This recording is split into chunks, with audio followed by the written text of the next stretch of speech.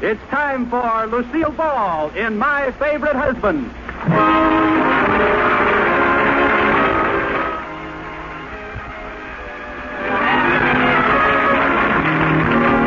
Yes, it's the new Gay Family series starring Lucille Ball with Richard Denning as Liz and George Cooper.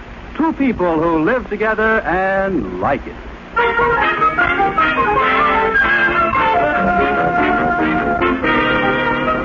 And now, let's look in on the Coopers.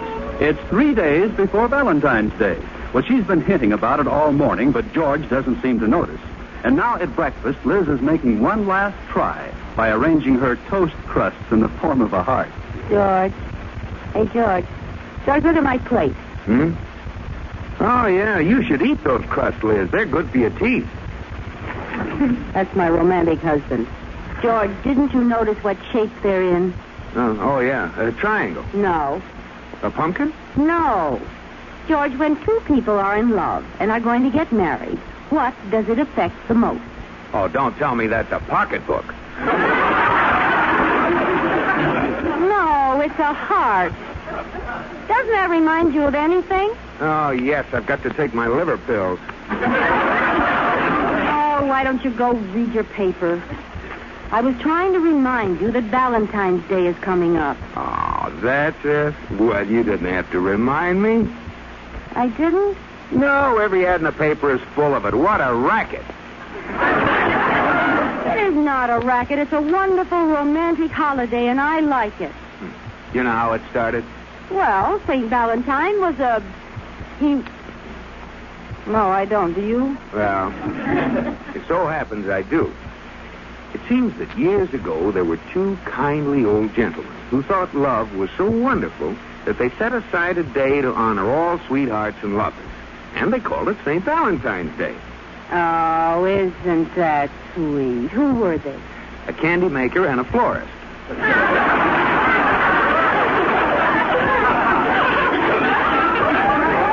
Oh, George, I suppose you think a department store owner invented Mother so they could have Mother's Day. You know, you may be right. Well, St. Valentine's Day doesn't mean just candy and flowers. It's the spirit of loving that counts. If you really love someone enough, they'll know it without any presents. Are you serious? Yes. Liz, I love you. You mean no presents? No, I love you too much. But, George, what's Valentine's Day without candy and flowers? I thought so. You know the real reason I like Valentine's Day? Yeah. Because it's such a good excuse to be all mushy and gushy about you. Yeah? Well, what's your excuse for the other 364 days? You're mushy all the time. Yeah, but on Valentine's Day I can be mushy and loud. I love you, George! Liz, keep quiet. I love you, George! Liz, stop. What about Katie? Katie loves you too, George! Oh, the lady next door.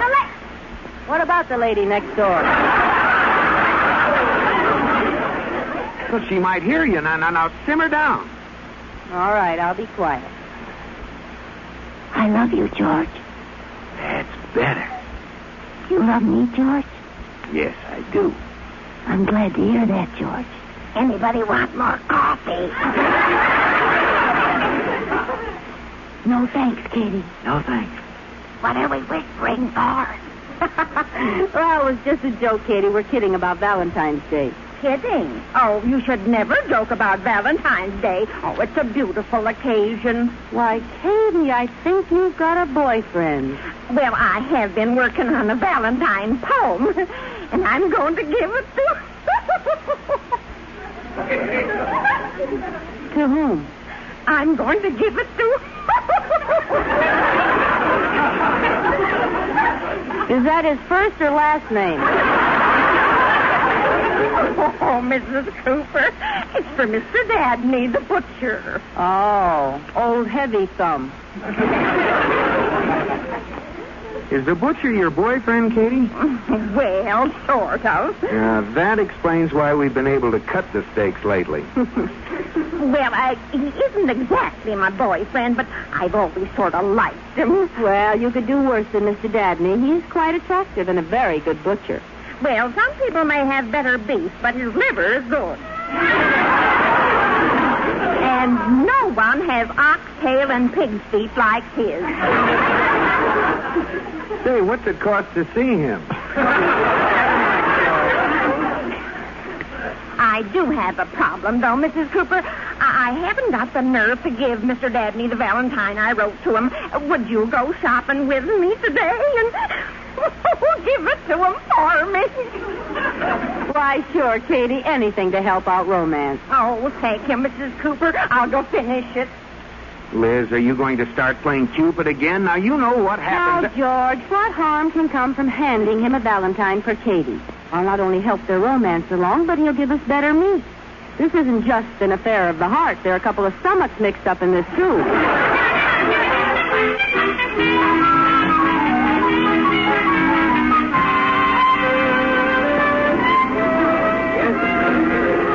There he is, Mrs. Cooper.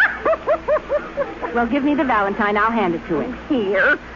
What have you got on this, Katie? Well, I wanted it scented with an odor he'd like. But it's all soggy. What'd you do, soak it in perfume? No, bacon grease. Oh, that's romantic. Well, give it to me. I'll be watching from the grocery department. All right. Good morning, Mr. Dabney.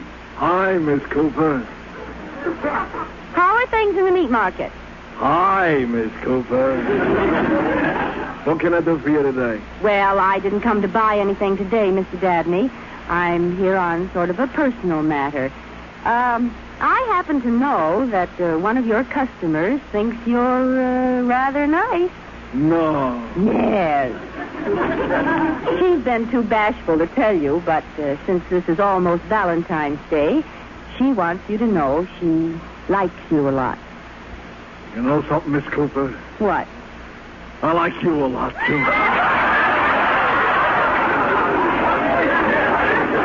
Now, wait a minute. I'm not the one. Still bashful, eh? Oh, you little minx. Just a second, Mr. Dabney. I happen to be speaking for someone else. What's that you're hiding behind your back? Oh, how did I get mixed up in this? Here, this will straighten things out. It's a Valentine. Oh, Miss Cooper, I feel like such a heel. I don't have one for you. Now, stop this nonsense. No, wait a minute. I'll cut your heart-shaped piece of salami. Oh, no. Look, just read this Valentine and you'll see what I'm trying to tell you. All right, Liz. Oh, gee, it looks beautiful. And how did you know? My favorite aroma, Swift's Premium. Read the Valentine. All right. If you'll be mine, then I'll be thine. You set my heart a quiver. Say you'll be my Valentine and send 2 pounds of liver.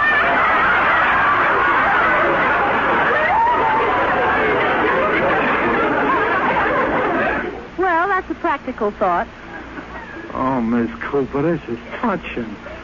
Did you write this all by your little self? For the last time, no. Look at the signature. Well, it's signed, you bashful redhead. Oh, no! Katie! Oh, she's gone. Oh, don't try to pretend. No.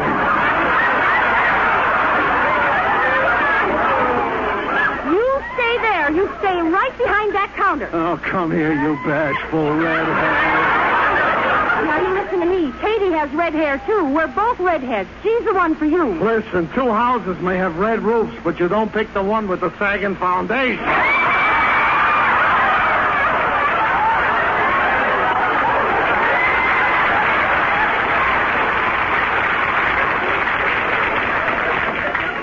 Well, it's too bad your fish isn't as fresh as you are. Oh, don't try to fight this thing, my little tenderloin. It's bigger than both of us. Now stop this, Mr. Dabney. What about Katie? She's bigger than both of us, too. Oh, Miss Cooper, I've admired you for years. Each little lamb chop you bought, I personally put the pants on.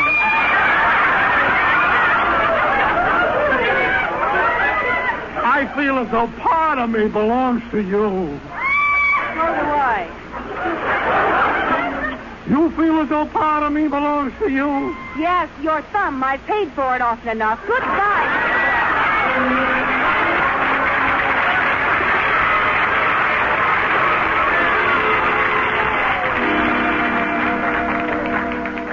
It was simply awful, Katie. He came right out of his store and followed me down the block. We'll just have to stop trading there. I could never face that Mr. Dabney again. Oh, I'm sorry, Mrs. Cooper. I shouldn't have gotten panicky and run away. Well, I'm sorry it ruined your romance. Oh, I'll get over it in time.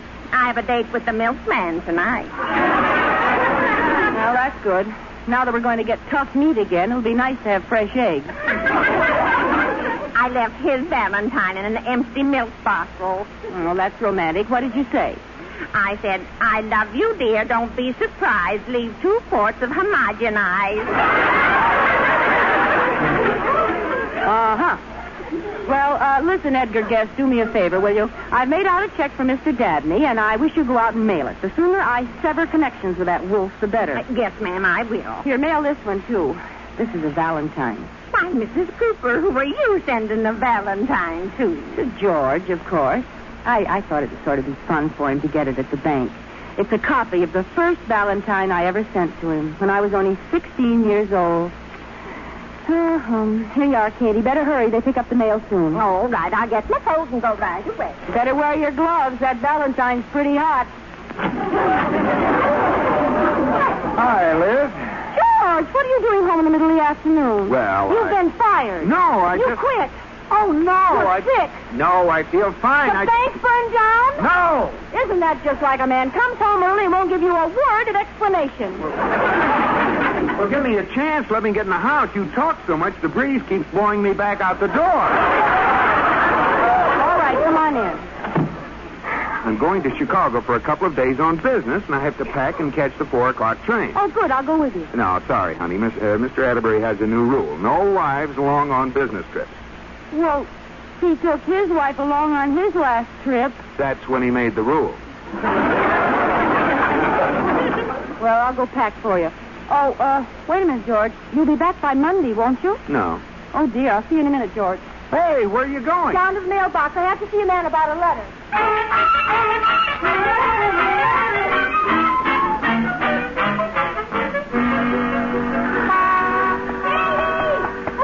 What's the matter, Mrs. Cooper? Did you mail those letters yet? Yes. Oh, darn it. Has the mailman collected them? No, I don't. Oh, there. He's just opening the mailbox now. You go home, Katie. I'll be back in a few minutes. All right, Mrs. Cooper. Hello. Hey? Oh, hello. How are you today? Lot you care. Never seen you before in my life. If you really want to know, I feel rotten. My rheumatism's acting up. Oh, I'm sorry. No, sure. Are you, picking up the mail? No, I'm a Confederate soldier, and these are messages for General Lee.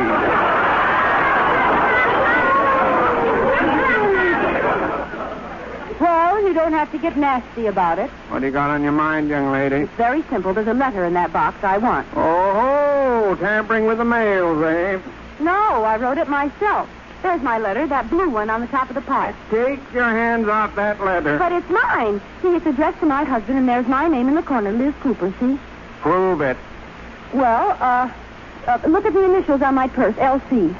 You gotta have better proof than initials on a purse. Oh, well, here's a snapshot. What about it? Well, see, it's me. Let me see. By golly, it is you. Well, that's proof of... Now, wait a minute. You can't trick me like that. Look, the flap isn't on very tight. Look inside. I'll tell you what's in it. Well, I'll just peek in here and See, it's a Valentine I sent to my husband. It's a Valentine there. Yes, uh-huh. Don't look like... just as I thought. Trying to rob the United States mail. Young lady, you can go to the penitentiary for this. What? There's no Valentine in this envelope at all. There isn't? No, it's a check made out to Mr. Dabney, the butcher. Oh, good heavens. That means Mr. Dabney's getting the Valentine I sent to George. Oh, quick, look for another letter made out to Dabney. Oh, no, these letters are going on their way, legal.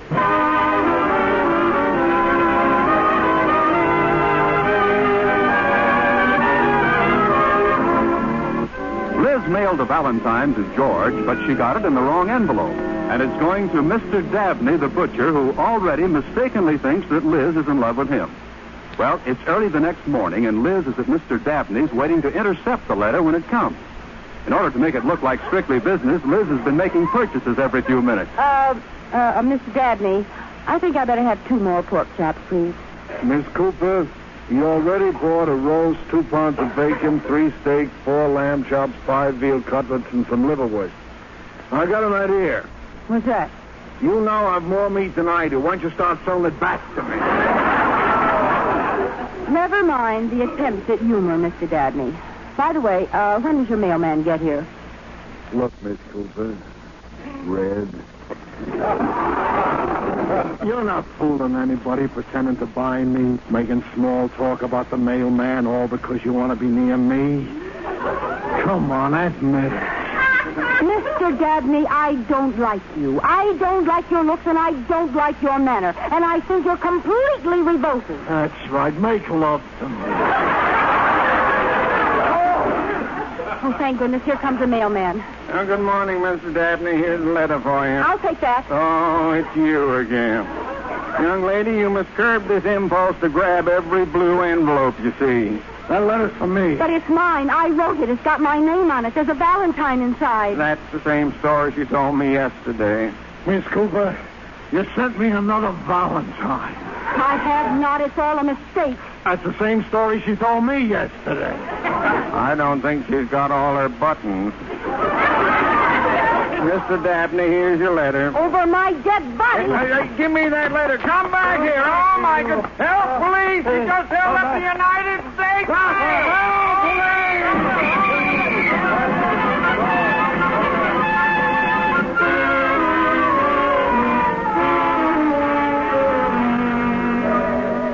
Now, don't fret, Mrs. Cooper. Everything's going to be all right. But, Katie, how will I ever be able to tell George I was arrested for robbing the United States mail? And that he has to appear in court with me tomorrow? That won't be easy. Well, anyway, this is one time I'll have an answer when George says, "What's new?" Here he comes now. Good luck. Hi, Liz. Hi, dear. Well, what's new? I'm glad you asked that. I'm being sent to Alcatraz. Alcatraz. Liz, you joined a pyramid club.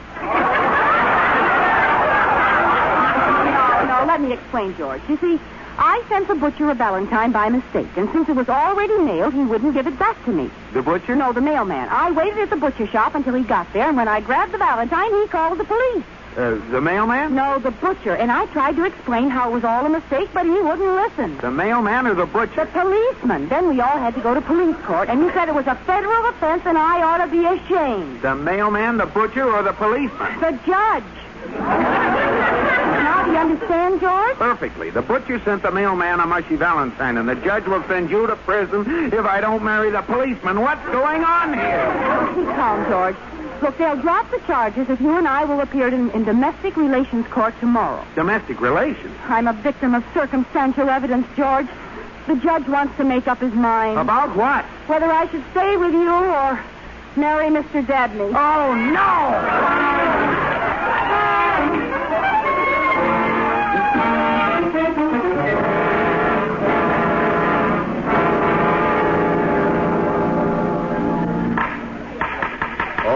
All right, the domestic relations court will come to order. Now, Mr. Cooper, if you and Mrs. Cooper will sit on this side of the table. All right, Judge Skinner, but I tell you there Please. is no... And you, Mr. Dabney, over here. Okay, Judge. Hiya, Red. Oh, drop dead. What does he mean, Red? Oh. Please, Mr. Cooper, we must control our feelings. Now, I have studied all the facts in this case kindly supplied to me by Mr. Dabney. Oh, great. And before we start, I want you all to realize that there is no problem too big to solve. Into every life a little rain must fall. Every cloud must have a silver lining, and it is always darkest before the dawn. Well, now that we've had the weather report, let's get on with the case. Please. Mrs. Cooper, I want to start this hearing with an open mind, bearing no prejudice towards either party. Uh-huh. Now, when did you first realize you were in love with Mr. Dabney? Wait a minute. I'm not in love with Mr. Dabney. Ah, she finds me irresistible. She wrote me 2 Valentines. She hung around the store all morning. That wasn't because I was in love with you. I was waiting for the mailman. Please. One grimy amour at a time.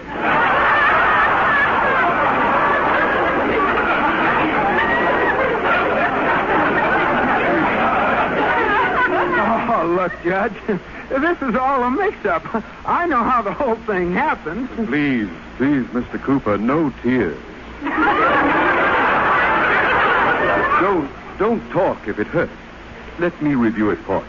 I'll recreate the scene. You, Mrs. Cooper, the bored, indifferent housewife, tired of your drab, humdrum life, just waiting for an opportunity to break away from it all.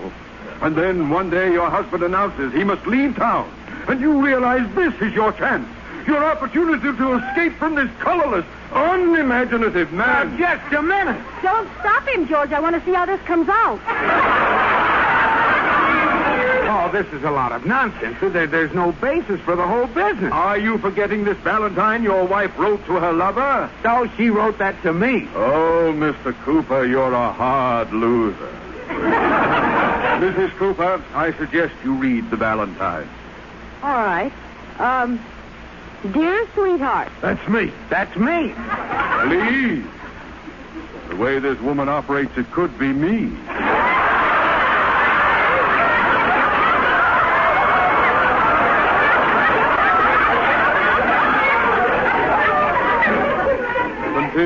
Continue, Mrs. Cooper. Thank you. Dear sweetheart, I'm under your spell. I love you more than tongue can tell. Uh-huh, tongue. 59 cents a pound. A good point, Mr. Dabney. Continue, Mrs. Cooper. Thank you. My lover, I have this to say. I care for you in the very worst way. That ought to prove it. Love or worse. Oh, that's just coincidence. She wrote this to her husband, not to her butcher. I must say she writes a Valentine with a lot of meat in it. Continue. My love for you is not a phony. This Valentine is no baloney. That proves it. It certainly does. Well, George, it's been nice knowing you. If you ever need any meat, come and see us. Now, just a minute. You're not going to get away with this. I love Liz. I've been married to her for 10 years. And no judge or butcher or anyone else in the world is going to take her away from me without a fight. Why, George. You understand? I'll now hand down my decision. I award the custody of Mrs. Cooper to Mr. Cooper. Hooray! You've got my custody. Hey, what's the big idea, Judge? Well, Mr. Dabney, I think Mrs. Cooper is in love with you. But we must think of Mr. Cooper. When I give a man a chance to get rid of his wife after 10 years of marriage and he doesn't take it, he's in bad shape. He needs someone to look after him. Case dismissed. Liz, I hope this will be a lesson to you. Now, see what can happen when you start messing around in other people's affairs? Yes, George. Now, this might really have been nasty and gotten spread all over the papers. Oh, wouldn't that have been terrible? Quiet, please. I must have quiet. You have been listening to your daily radio session in kindly Judge Skinner's Domestic Relations Court. With us today... Oh, no, George. This whole thing's been on the air.